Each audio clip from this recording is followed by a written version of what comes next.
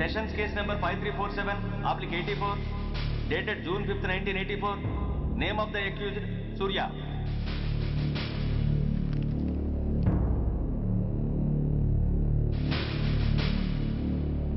Proceed. Your honour, ఈ నేరస్తుడిని కఠినంగా శిక్షించండి అని వాదించడానికి కూడా ఒక్క నిమిషం ఆగి అతని వయసును సమీక్షించుకోవాల్సినంత చిన్న వయసులో ఇతను 2 హత్యలు చేశాడంటే మన న్యాయ వ్యవస్థ మొత్తం ఒక్కసారి మళ్లీ ఆలోచించుకోవాల్సిన పరిస్థితి ఏర్పడింది.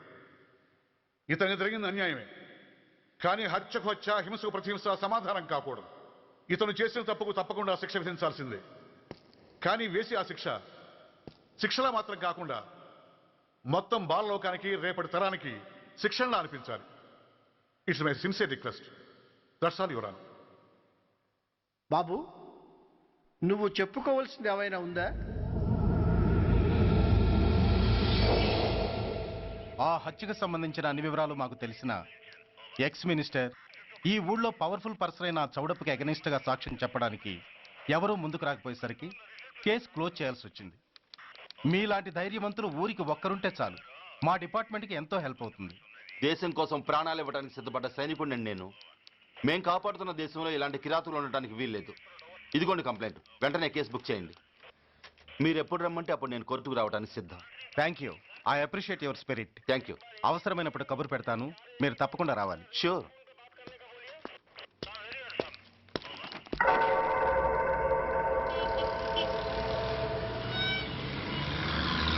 అవును సార్, రిపోర్ట్ ఇచ్చి వెళ్ళాడు. అడ్రస్ తెలుసు సార్, మిలిటరీలో పనిచేస్తాడంట. లీవ్ మీద ఇంటికి వచ్చాడు. వాడి సంగతి మేము చూసుకుంటాం సార్, మీరేం వరి అవ్వకండి. అరే ఈ మాత్రం దానికి మీరెందుకు సార్, మేమెందుకున్నాం? తెల్లారేసరికి వాడు ఎన్కౌంటర్ అయిపోతాడు. సరేనా? ఓకే సార్, ఉంటారు సార్. నమస్తే.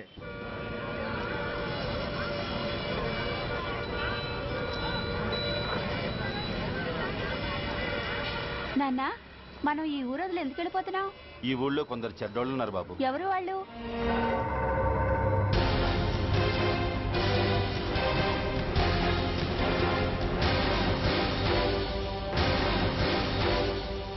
జై జవాన్.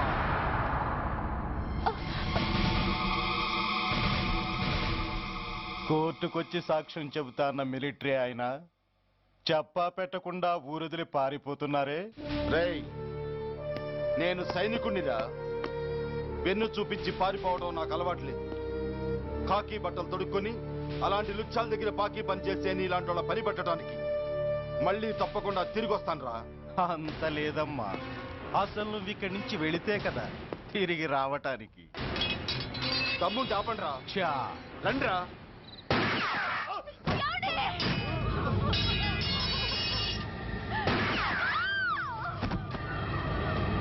రేయ్, ఆ 2 శవాల్ని బస్సు వెనక టైర్ల కింద పడుకోబెట్టు.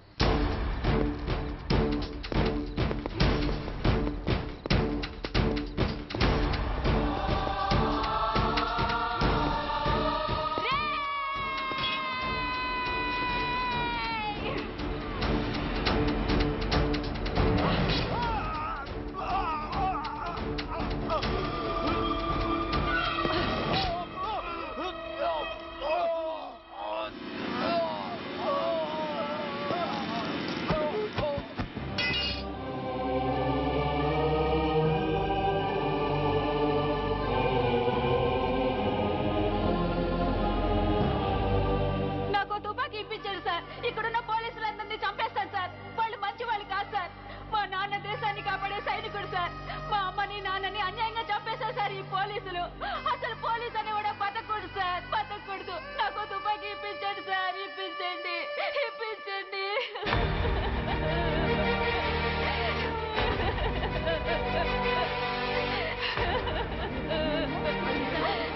Order, order. The judgment is reserved. Court is adjourned. ఏ తలబట్టేసిందా? మీరా? ఏమా బాగున్నారా? బాగున్నానన్నయ్య. రండి కూర్చోండి. ఏరా, బోర్డర్లో ఉండాల్సిన వాడి కోర్టులో పరిశీలన అయ్యావు. ఎంతసేపు అయింది వచ్చి? ఈ కేసు హియరింగ్ స్టార్ట్ అయ్యేసరికి వచ్చామన్నయ్య. ఇంతకీ ఆ అబ్బాయికి ఏం శిక్ష పడొచ్చు? ఏముందమ్మా, మైనర్ కాబట్టి కొన్నాళ్ళ పాటు రీఫార్మ్ స్కూల్ పంపించాల్సి ఉంటుంది. ఆ శిక్ష వేసేసి చేతులు దులిపేసుకుంటారు అంతేగా? నేరం చేసిన వాడికి శిక్ష వేయటం చేతులు దులుపుకోవడం ఎలా అవుతుందిరా? వాడు చేసింది తప్పు కాదని నీ అంతరాత్మకు తెలియదా? మన దృష్టిలో తప్పు కాకపోయినా చట్టం దృష్టిలో అది నేరం.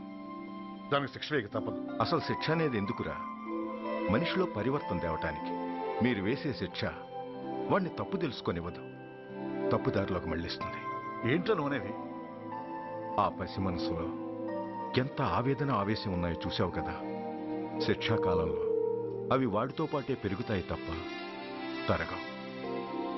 సమాజం మీద కక్షతో, వ్యవస్థ మీద హేట్రెడ్తో ఓ రెబల్గా సొసైటీలోకి వస్తాడు. దగ్గరకు తీసుకుని ఆదరించేవాళ్ళు లేక మరో క్రిమినల్గా తయారవుతాడు. ఇంతకీ నువ్వు అనేది ఏమిట్రా? మా కన్న కొడుకు ఎలాగూ పోయాడు, వాణ్ణి మేం పెంచుకుంటాం. Yes, we want to adopt him. I appreciate your humanity major Bhargav, but చట్టానికి విచారణ చేయటంలోనూ శిక్ష విధించటంలోనే కాదు, ఆ శిక్షను అమలు చేయటంలో కూడా కొన్ని పరిమితులు ఉంటాయి. శిక్షాకాలం పూర్తి కాకుండా అతన్ని మీకు హ్యాండ్ ఓవర్ చేయటం కష్టం అవుతుంది. ఇంతకీ ఆ కుర్రాడి మీద మీకు ఎందుకంత ఇంట్రెస్ట్? అతను ఓ సిన్సియర్ మిలిటరీ మ్యాన్ కొడుకు సార్. అంటే ఆ చనిపోయిన అతను? He was my subordinate sir. Oh I see. Okay, I will do one thing. ప్రస్తుతానికి ప్రొసీజర్ ప్రకారం అతన్ని రిఫార్మ్ స్కూల్కి పంపిద్దాం. ఈలోగా గవర్నమెంట్కి, లా అండ్ ఆర్డర్ డిపార్ట్మెంట్కి స్పెషల్ పర్మిషన్ కోసం అప్లై చేసి వాళ్ళని ఒప్పిస్తాను. ఆ తర్వాత అతన్ని మీరు తీసుకెళ్ళవచ్చు. Thank you very much sir. వస్తాం సార్. మంచిది. మేజర్ గారు, ఆ కుర్రాడిని మీరు ఏం చేద్దాం అనుకుంటున్నారు? ఏ డిపార్ట్మెంట్ అయితే అధికార దుర్వినియోగం చేసి ఓ నేరస్తుని తయారు చేసిందో అదే డిపార్ట్మెంట్లో చేరుస్తాను. I will make him an honest police officer. నిన్నేరా ఏంటి అలా చూస్తున్నావు?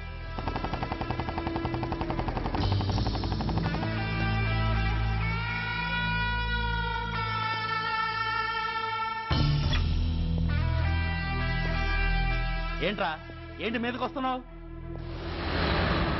ఏమన్నావురా? సిగ్నల్ పడకుండా ఎందుకు వెళ్ళావు? నన్ను నువ్వు ఏమన్నావు? బుద్ధి ఉందా లేదా అన్నాను. ఓహో,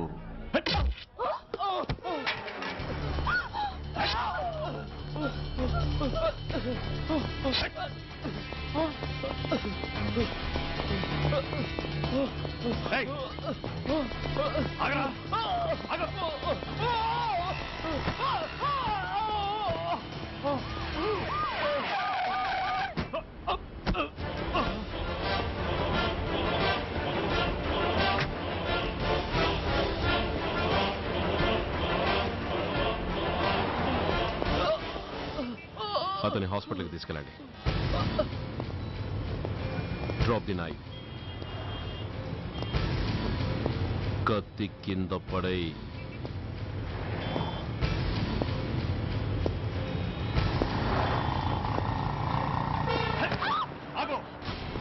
ముందుకొస్తే దీన్ని చంపేస్తా. చంపే. చంపితే ఏమవుతుంది? నిన్ను చంపడం నాకు ఇంకా తేలికవుతుంది. కమాన్, చంపే. ఆలోచిస్తావే కిల్లర్?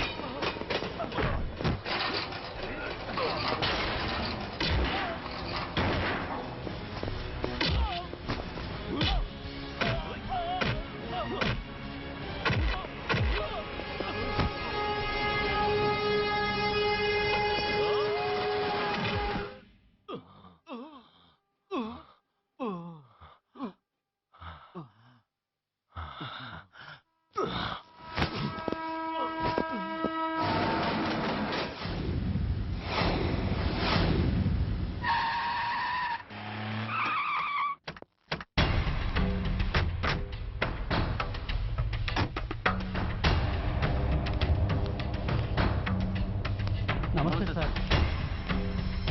నమస్తే సార్.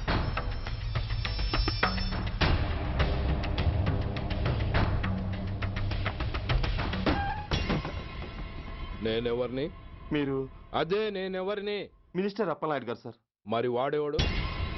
మీ అబ్బాయి గారు సార్. అంటే అది తెలిసే వాడిని లోపలేసావా? ఎఫ్ఐఆర్ ఎక్కడ్రా? ఆ?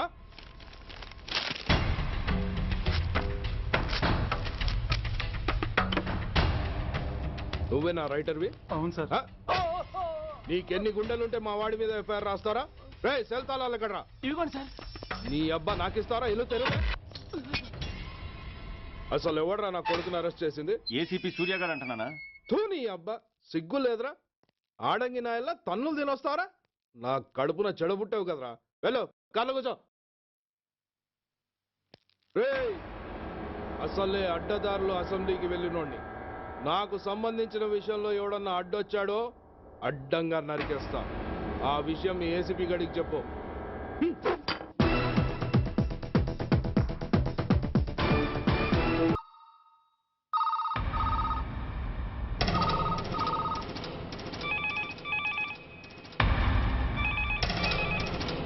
Commissioner here. ఏంటి ఏ పోలీస్ స్టేషన్లోనూ ఫోన్లు ఎత్తడం లేదా? ఏమయ్యారు వీళ్ళంతా?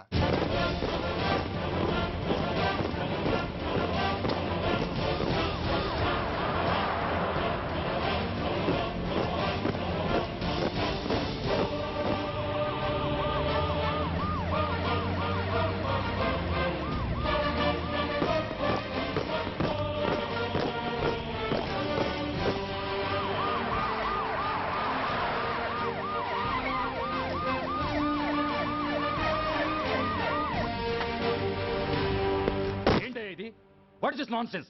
యూనిఫామ్ తీసేసి పోలీస్ స్టేషన్ మూసేసి బజార్ను పడతారా? మీరు పోలీసులు అనుకుంటున్నారా, గుండా అనుకుంటున్నారా? విలువలేని యూనిఫామ్స్ ఒంటి మీద ఉంటే ఊపిరాడడం లేదని తీసేసాం సార్. పందులు పందికుక్కులు స్టేషన్లోకి వచ్చేస్తుంటే వాటిని ఆపే శక్తి లేక తాళాలు వేసేసాం సార్. మిస్టర్ సూర్య, పోలీస్ వ్యవస్థ లాంటి ఎమర్జెన్సీ సర్వీసుల్లో ఇలా సమ్మెలు చేయడం నిషేధం. అదే ఎందుకని sir? Government doctors, nurses, postal department కూడా ఎమర్జెన్సీ సర్వీసులే. వాళ్ళు హక్కుల కోసం స్ట్రైక్ చేయడం లేదా? ఆఖరికి మాకు ఓ గుర్తింపు రిజర్వేషన్లు కావాలని కొజ్జాలు కూడా స్ట్రైక్ చేస్తున్నారు. వాళ్లకున్నపాటి విలువ గౌరవం కూడా మాకు లేవా sir? Mister Surya, you are crossing your limits. మీరు ఇలా చేయటం వల్ల కామన్ పీపుల్ ఎంత సఫర్ అవుతారో ఆలోచించారా? పోలీస్ అనేవాడు కూడా ఓ కామన్ మ్యాన్ అనేది మర్చిపోకండి సార్. ఇంతకీ మీకు ఏమన్యాయం జరిగిందయ్యా? సార్, ఒక ట్రాఫిక్ కానిస్టేబుల్ తన డ్యూటీని సక్రమంగా చేసినందుకు ఒక లుచ్చా విధవ కత్తితో పొడిచి చంపబోయాడు. వాడిని అరెస్ట్ చేస్తే వాడి బాబెవడో మినిస్టర్ అప్పలనాయుడంట.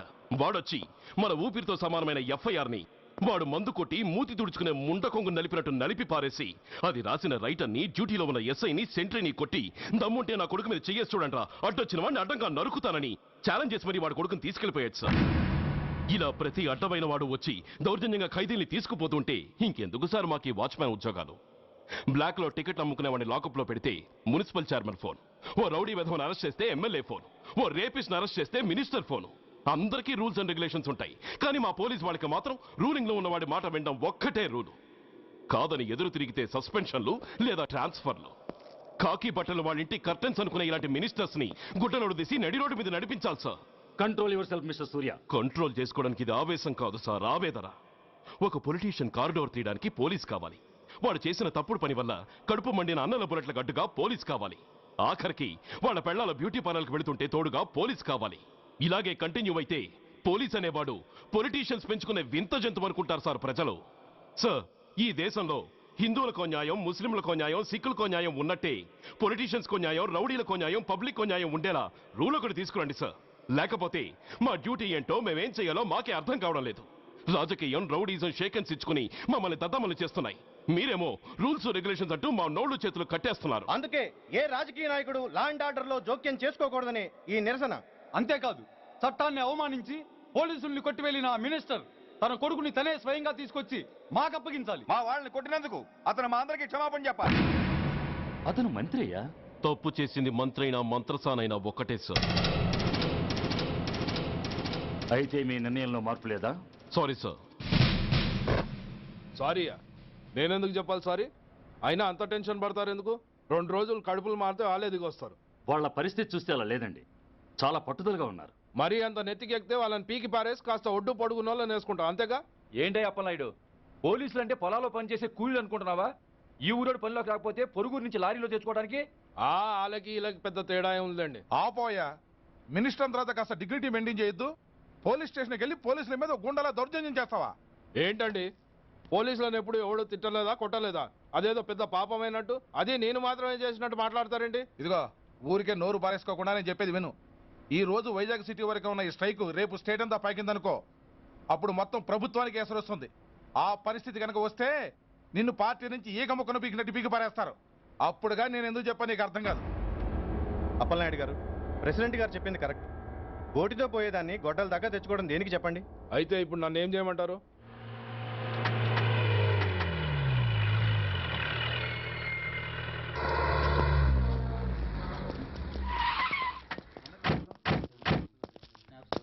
హలో, మా ఈ నిరసన పబ్లిసిటీ కోసం కాదు, మా ప్రాబ్లం సాల్వ్ చేసుకోవడం కోసమని మీకు ముందే చెప్పాను. మళ్ళీ ఎందుకు వచ్చారు? మినిస్టర్ గారు రమ్మంటే రాకుండా ఎలా ఉండగలం సార్? మినిస్టరా? ఏ మినిస్టర్? అప్పలనాయుడు గారే సార్. అదిగో అప్పలనాయుడు గారు వచ్చేసారు, పదండి.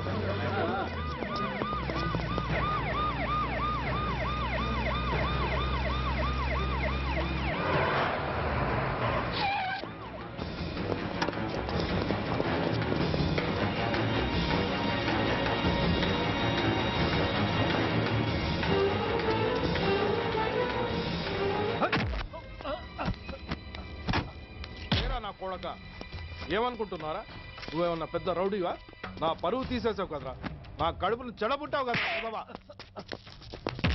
పోలీసులు అంటే ఎవరు అనుకుంటున్నారా? వాళ్ళు మనల్ని కాపాడేవాళ్ళరా? వాళ్ళనే అవమానిస్తావా? వెళ్ళరా, వెళ్ళి వాళ్ళ కాళ్ళ మీద పడి క్షమాపణ అడుగు, వెళ్ళవు. వీడు చేసిన వెధవ పని తెలియక కన్న తండ్రిగా తొందరపడి వీడిని తీసుకెళ్లాను.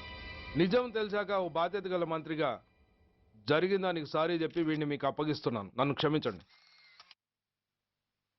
చాలా థ్యాంక్స్ అండి. ఇంకా మీరు కెమెరాలు ఆపండి. మినిస్టర్ గారు మిమ్మల్ని పిలిపించిన కార్యక్రమం అయిపోయింది, మీరంతా బయలుదేరచ్చు ప్లీజ్. పిలవగానే వచ్చినందుకు మీ అందరికీ చాలా థ్యాంక్స్.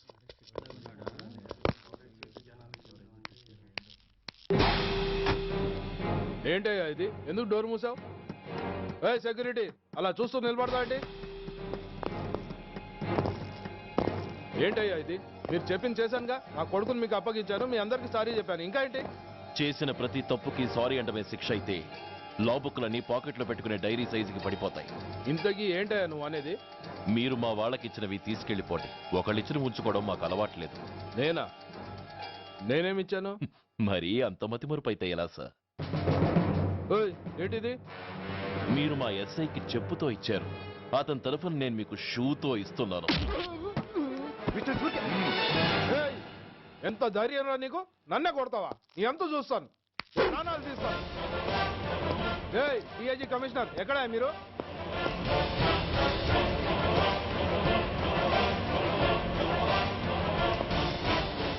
ఇది మా రైటర్కి ఇచ్చింది,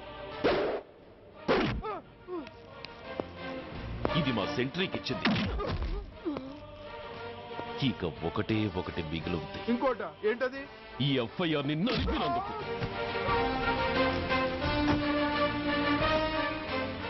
ఇక మీరు వెళ్ళండి.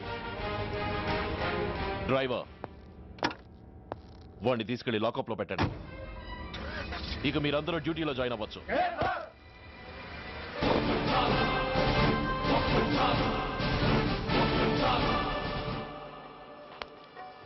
Hello, excuse me. స్మోక్ చేస్తూ డ్రైవింగ్ చేయటం అపాయకరం. Sorry sir. స్మోక్ చేస్తూ వాకింగ్ చేయటం సురక్షితం.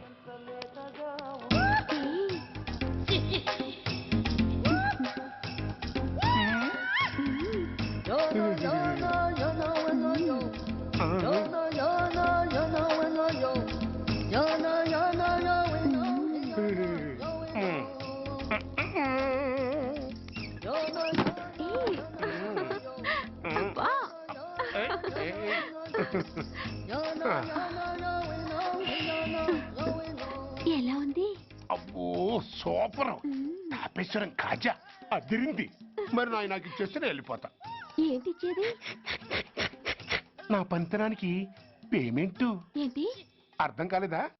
ఆడాళ్ళలో నువ్వు ఎలాగో మగాళ్ళలో నేను అలా అనమాట. ఇచ్చు ఇచ్చు ఇచ్చు ఇచ్చు. దొంగ సచ్చినోడా, నాటకాలు ఆడుతున్నావా? మర్యాదగా నా డబ్బులు ఇచ్చే. ఓయ్ సీను మార్చద్దు. ఇప్పుడు నువ్వు నన్ను రమ్మన్నావా, నేను నిన్ను రమ్మన్నానా? నేనే రమ్మన్నాను. లోపలికి వచ్చి నేనేమన్నాను? ఎంత అన్నావు? నువ్వేమన్నావు? 100 అన్నాను. కదా అంటే నా పర్సనాలిటీకి నువ్వు కట్టిన రేటు 100 అన్నమాట. అదే నేను అడిగాను. ఇచ్చు ఇచ్చు ఇచ్చేమ్మా. ఏంట్రా ఓవర్ చేస్తున్నావు? మర్యాదగా నా 100 నాకు ఇవ్వు, లేకపోతే నా లంగా బొందికి నేను ఊరేసి చంపేస్తాను. Help help. కష్టాన్ని పడితే చంపేస్తానంటుంది. ఈ అన్యాయాన్ని ఎదుర్కొన్న నాదుడే లేడా? అరవకు. ఏదో మొగుడికి తెలియకుండా వారానికి ఒకసారి ఇక్కడికి వచ్చి గుట్టుగా బిజినెస్ చేసుకుంటున్నాను. నీకు దండం పెడతాను, నన్ను అలర్పాలు చేయమాక. నువ్వేమి ఇవ్వక్కర్లేదు, వెళ్ళిపో. మంది హైటెక్ బ్రెయిన్. నీ పేరు గంట గంగారత్నం, మీ ఆయన పేరు గంట గురనాథం. ఆడు ఎలక్ట్రిసిటీ బోర్డులో పనిచేస్తున్నాడు. డోర్ నెంబర్ 14/14, లింకు రోడ్డు, ఫిట్టింగులు పేట, విజయవాడ 2. ఇది నీ అడ్రస్. నేను మంచోడు గనక కమిట్ అయిన 100తో అడ్జస్ట్ అయిపోతున్నాను. ఆలస్యమైందనుకో అది డబుల్ అయిపోద్ది. ఇచ్చే నోటు చేతిలో పెట్టు. థ్యాంక్స్. దున్నపోతులా ఉన్నావు, ఆడదాని ఉసురు పోసుకుంటున్నావు. ఎయిడ్స్ వచ్చి చస్తావు. Sorry, no chance. హెల్మెట్ లేకుండా నేను యుద్ధానికి వెళ్ళను. ఎత్ర నారీ వర్ధంతి తత్ర జీవనం సుఖాస్మనం. అంటే నాకేం తెలుసు? ఎప్పుడో విన్నాను, ఇప్పుడు అనాలనిపించింది అన్నాను. వస్తాను.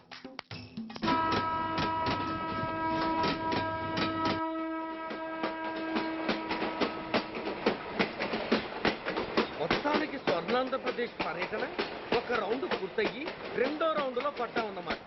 ఏంట్రా నీలో నువ్వే కొనుక్కుంటున్నావు? అబ్బే ఏం లేదు గురు. నువ్వు సర్వీస్ లో చేరిన తర్వాత నీ అండర్లో నేను హైదరాబాద్ నుండి బందర్లో పడి తిరిగిన జిల్లా తిరగకుండా తిరిగి తిరిగి తిరిగి తిరిగి హైదరాబాద్ చేరుకుంటున్నాం కదా, దాని గురించి. నవ్వు నవ్వుతావు ఎందుకు నవ్వు? చిన్నప్పుడు ఎవడో ఒక సన్నాసి నా చెయ్యి చూసి లోక సంచారం అవుతావు అన్నాడు. దాంతో నేను ఏ విమానం పైలట్లో షిప్ కెప్టెన్ అవుతాననుకున్నాను. కానీ ఇలా నీతో పాటు తిరుగుతూ రాష్ట్రమంతా సర్వే చేస్తాననుకోలేదు. ఏడ్చావులే. నిజంగానే ఏడ్చినట్టుంది. డ్రెస్ కిందకు 30 ఏళ్ళు వచ్చినా ఇంకా పెళ్లి కాలేదంటే తెలిసిన వాళ్ళందరూ నన్ను ఆట్ అయిపోయి అనుకుంటారు తెలుసా? అయితే ఓ మంచి అమ్మాయిని చూసి చేసుకోవచ్చుగా. చేసుకోవచ్చు, ఎందుకు చేసుకోకూడదు? కానీ అవకాశం ఏది? ఫస్ట్ బందర్ బస్ స్టాప్ లో అమ్మాయిని చూసి ముచ్చటపడి పేరు అడుగుదాం అనుకున్నా. అడిగే లోపల ఆదిలాబాద్ ట్రాన్స్ఫర్ చేశారు. అక్కడ ఇంకో సుందరి కనిపించింది. పేరు అడిగా. ఆ అమ్మాయి పెద విప్పే లోపల ప్రకాశం జిల్లా పంపించారు. ఒంగోలులో ఇంకో అమ్మాయి కనిపించింది. పేరు చెప్పింది. ట్రాఫిక్ లో వినబడలా అనే లోపు విజయవాడ తన్నారు. ఇలా నిలకడ లేకుండా నీతో పాటు తిరుగుతూ ఉంటే లవ్ ఎక్కడా, మ్యారేజ్ ఎక్కడా? నా బొంద. అంత ఇబ్బందిగా ఉంటే నాతో పాటు ఎడవడం ఎందుకు? మంచి ఉద్యోగం ఇప్పిస్తాను, హాయిగా పెళ్లి చేసుకుని సెటిల్ అవ్వు అంటావు అంతేగా? జీవితాంతం ఒంటరిగా అయినా గడిపేస్తాను గానీ మీ ఫ్రెండ్షిప్ మాత్రం దూరం చేసుకుని ఏసీపీ గారు. ఇది కొంచెం ఓవర్ అయినట్టుంది. ఓవర్ అయిందా? ఐసీ.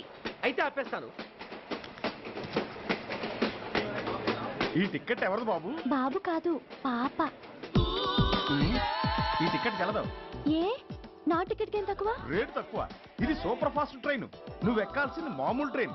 సికింద్రాబాద్ లో దిగి పీటీ కట్టించుకుని మీ ఊరెళ్ళు. ఏ ఈ ట్రైన్ భువనగిరి వెళ్ళదా? వెళ్తుంది కానీ ఆగదు. ఆగదా? ఎందుకు ఆగదు? ముందు కరీంనగర్ లో ఆగింది, తర్వాత సికింద్రాబాద్ లో ఆగుతుంది. మధ్యలో ఉన్న భువనగిరిలో ఎందుకు ఆగదు? ఏంటి లాజిక్కా? మీ ఊరికి ఈ ట్రైన్ ఆగేంత బిల్డప్ లేదు గానీ ఎక్కువ మాట్లాడకుండా సికింద్రాబాద్ లో దిగిపో. ఏంటయ్యా అమాయకురాల్లా కనిపిస్తున్నాన్ని దబాయిస్తున్నావా? టికెట్ ఇచ్చినప్పుడు రైలు ఎందుకు ఆపరు? ఈ రైలు మా ఊళ్ళో ఆగాల్సిందే, ఆపి తీరాల్సిందే. అమ్మాయి ఆడపిల్లవని ఊరుకుంటుంటే తెగరెచ్చిపోతున్నావు. ఇంకా ఎక్స్ట్రా చేసావంటే సికింద్రాబాద్ దాకా ఎక్సెస్ ఫేర్ రాసి ఫైన్ కూడా కట్టిస్తాను, జాగ్రత్త. ఏంటమ్మా నేనేమన్నానని? ఊరుకో తల్లి, ఊరుకో, నువ్వేం కట్టగర్లేదులే. ఏంటిది? కట్ట కాదు, పుస్తే. పుస్తా? ఒక పుస్తంటే 2 జీవితాల బంధం. ఈ తాళి పట్టుతోనే నా స్నేహితురాలి పెళ్లి ముడిపడి ఉంది. నేను టైంకి భువనగిరి చేరకపోతే ఆ పెళ్లి ఆగిపోతుంది. నేను తాళి పట్టు తీసుకెళ్తున్నానంటే వాళ్ళదెంత పేద కుటుంబమో ఆలోచించండి. అది అసలు అభిమానం గల పిల్ల. అలాంటి దాన్ని పెళ్లి ఆగిపోతే ఆత్మహత్య చేసుకుంటుంది. ఆ పాప మీకు నాకు చుట్టుకుంటుంది. అందుకే చెప్తున్నాను, ఈ చైన్ లాగే ట్రైన్ ఆపండి, లేదా ఈ చైన్ లాగే నా ప్రాణాలను తీసేయండి. అమ్మా ఆండాళ్ళమ్మా కాదు, రంబమ్మ. ఆ పోని రంబమ్మ. ఆ చైన్ లాగి నా ఉద్యోగం పోగొట్టుకునే దమ్ము నాకు లేదు గాని గార్డుతో మాట్లాడి మీ ఊళ్ళో ట్రైన్ స్లోగా వెళ్ళేలా చేస్తాను. రన్నింగ్ లో దిగలవా? స్టేషన్ వచ్చేసింది, జాగ్రత్తగా దిగమ్మా. దిగ్గానే నీ సామాన్లు కింద పడేస్తాం.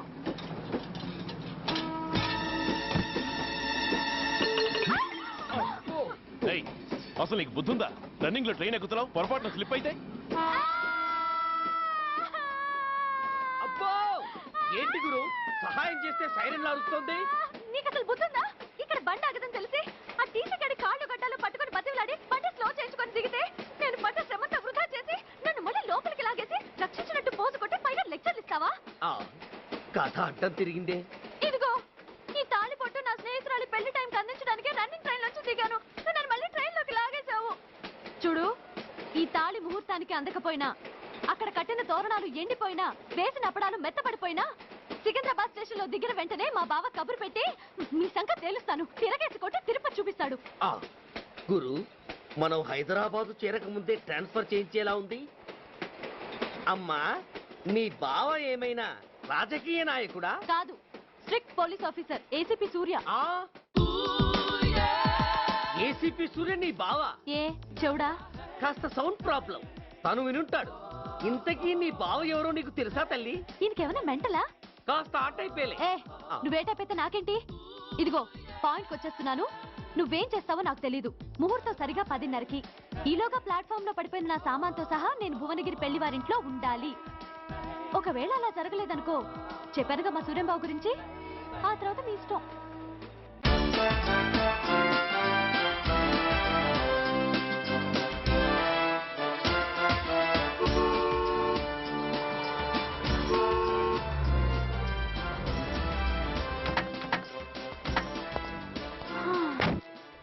జురాసిక్ పార్క్ లో చిన్న డైనోసార్ లాగా ఏంటా లుక్కు? వెళ్ళి డిక్కీలో సామాన్లు తీసుకురా.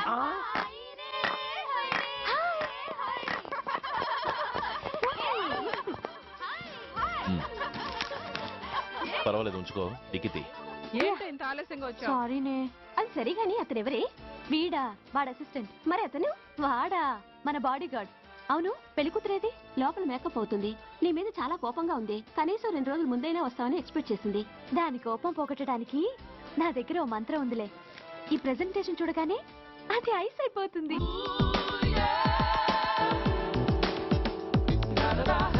రండి, దాని దగ్గరికి వెళ్దాం. Hi uncle. నమస్తే సార్, వెల్కమ్ సార్. మీకు వైజాగ్ కార్డు పంపించారు సార్. పర్సనల్గా చెబుదామని ఫోన్ కూడా చేశాను. మీకు హైదరాబాద్ ట్రాన్స్ఫర్ అయిందని చెప్పారు. అక్కడ హెడ్ క్వార్టర్స్ కూడా కార్డు పంపించాను. మీకు అందుతుందో లేదో, వస్తారో రారోనని తెగ టెన్షన్ ఫీల్ అయ్యాను సార్. నాకు ఇన్ఫర్మేషన్ అందింది, అందుకే వచ్చాను. చాలా సంతోషం సార్.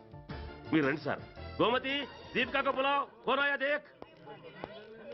ఏంటి అతన్ని బాడీ గార్డ్ అన్నావు? అంకుల్ ఏమో అంత రెస్పెక్ట్ ఇచ్చి హడావుడు చేస్తున్నారు. ఉండవే, అసలే మతిపోయి నేను ఎడుస్తుంటాను. హలో, ఏంటి జురాసిక్ పార్క్ లో పెద్ద డైనోసార్లా మొహం పెట్టావు? షాక్ అయ్యావా? అప్పుడే ఏమైంది? ఇంకా ముందుంది. ఇదిగో నీ బ్యాగ్, ఇదిగో నీ పెట్టి. నీకెప్పుడు చెప్తుండేవాడిని, మా పోలీసులో హీరో, మా డిపార్ట్మెంట్ కే గర్వకారణమని. అంటే ఏసీపీ సూర్య? అవునమ్మా. Nice meeting you sir. I am so thrilled sir. మా భార్య సార్. నమస్తే జీ. నమస్తే. మా అల్లుడు sir. Glad to meet you sir. వాళ్ళ father sir, ACP Suryan sir. Hello sir. ఏవే రమ్మా, ఇలా రావే. ఏ నిన్నే పిలుస్తుందే. నోరు మూయండి. Hello, calling. Go go.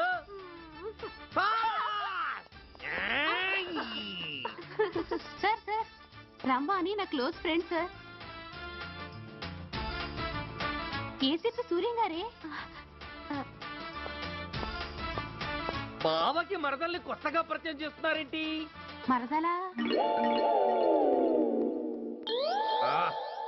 ఓహో, ఇది పెళ్లి మండపం కాదు, పెళ్లి కూతుళ్ళ ఫ్యాక్టరీ. ఇండియాలో ఉండే పెళ్లి కూతుళ్ళందరూ ఇక్కడే ఉన్నారు. ఇక్కడే ఇప్పుడే ఏదో ఒక అమ్మాయిని సెటప్ చేసుకుంటారు.